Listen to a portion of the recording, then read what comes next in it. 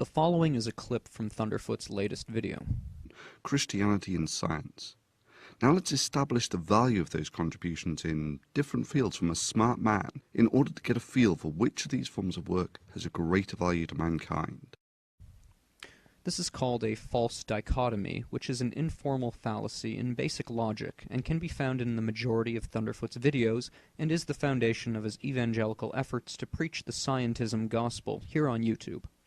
The false dichotomy works by deceiving his audience into thinking two ideas are mutually exclusive when in reality they are not. That is, Thunderfoot wants to make you think that if one idea is true, then the other is false. In this case, Thunderfoot wants to make you think that if science works, then religion, specifically Christianity, does not, or that if science works, then God does not exist. This is a false dichotomy. We can better see how a false dichotomy might work by giving an example. If a marine biologist was asked, based on his research of ocean life, what could he tell us about astronomy, he would probably tell us not very much or nothing at all. We should not therefore conclude that the field of astronomy is a useless endeavor just because it offers nothing in the field of marine biology. Likewise, science deals strictly in the natural world, and God, by definition, would be the creator of the natural world and thus transcend it, as no creator exists inside its creation. Religion, therefore, deals in what is called metaphysics, that which is beyond the physical world. To expect metaphysics to produce scientific experiments or technologies is absurd and a basic category mistake, as the scientific method makes no statements about the metaphysical, although the metaphysical often makes statements about the physical, being that it transcends it. There's a reason why the Bible played no role whatsoever in the discovery or development of the Big Bang Theory. Of course it didn't, and I never claimed that it did. Here we can see Thunderfoot's false dichotomy at work. If the Bible cannot produce a scientific insight, he would have us believe, then the Bible is not true, as if the Bible exists for the purpose of making scientific discoveries. The Bible exists for one purpose and one purpose alone: to bring people into the knowledge of their Creator and to explain how one can secure an eternal relationship with Him that will survive death itself. After all the science in the world won't help you once you're dead. Indeed, it's so successful, it's not that it's just got no peer or rival, it's genuinely in a class of its own. There simply is no other methodology that can even compete with it in terms of its ability to deliver the goods. That is the measure of the success of science. And where is the measure of the success of religion? Where are the pragmatic and demonstrable benefits? Apparently you really don't spend much time talking to Christians, how their lives have been transformed. I can speak from my own experience. I was suicidal from like the age of about 7 or 8 years old up until about 20 years old.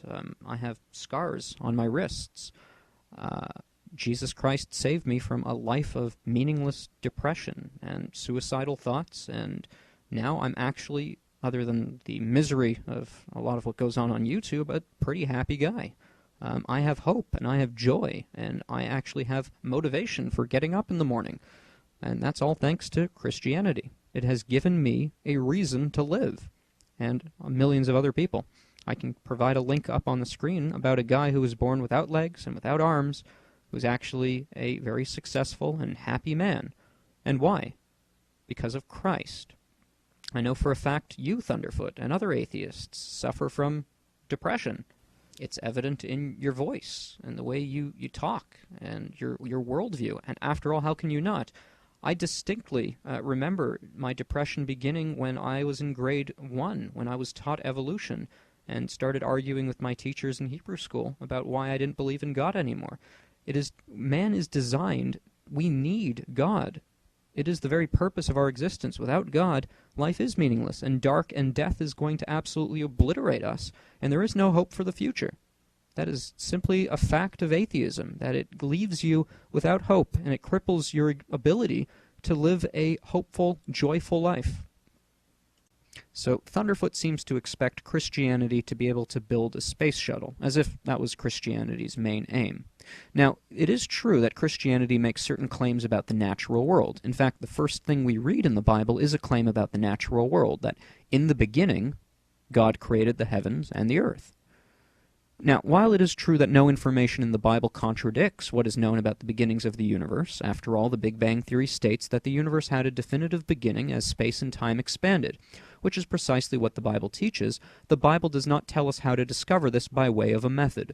Rather, it simply tells us these facts about how God made the universe, and using the scientific method we can later discover that what God told us thousands of years before was accurate. It is precisely because the Bible contains information regarding the natural world that could not have been known at the time of writing and not discovered until the worldwide acceptance of the scientific method that the information in the Bible is so profound. The one thing that you'll note is that at no point in the last 3,000 years did any of the millions of Christians who have read the Bible say, you know, this Bible's the best source of knowledge in the world. Maybe we should verify some of it and use it to, I don't know, discover modern water treatment or design the odd vaccine. Whatever. Something that might save a few billion lives. Because the Bible has no predictive capability. I would like to challenge that notion.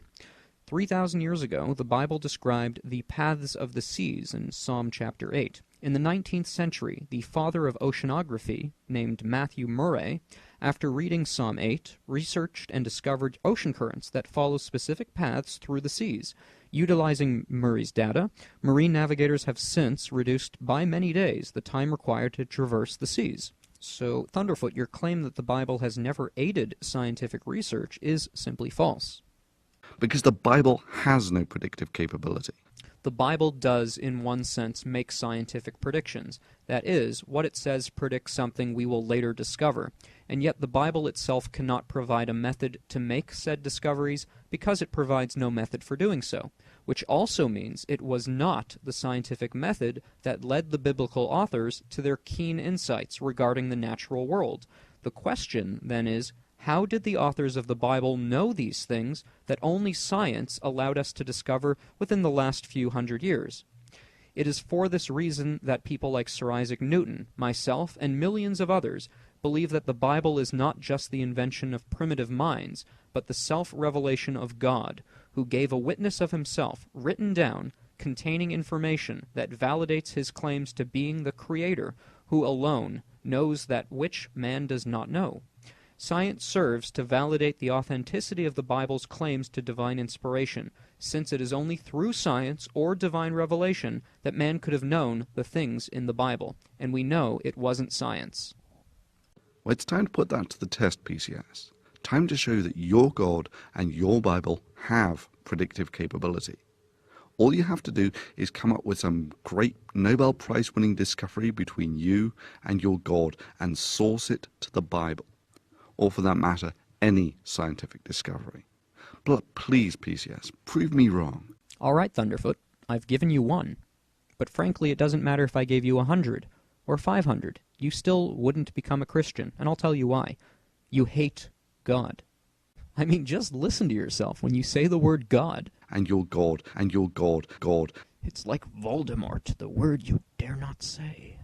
But please, PCS, prove me wrong. Well, I did, and I have many times before, but the issue here, Thunderfoot, is you don't care about being right or wrong. What you care about is denying God.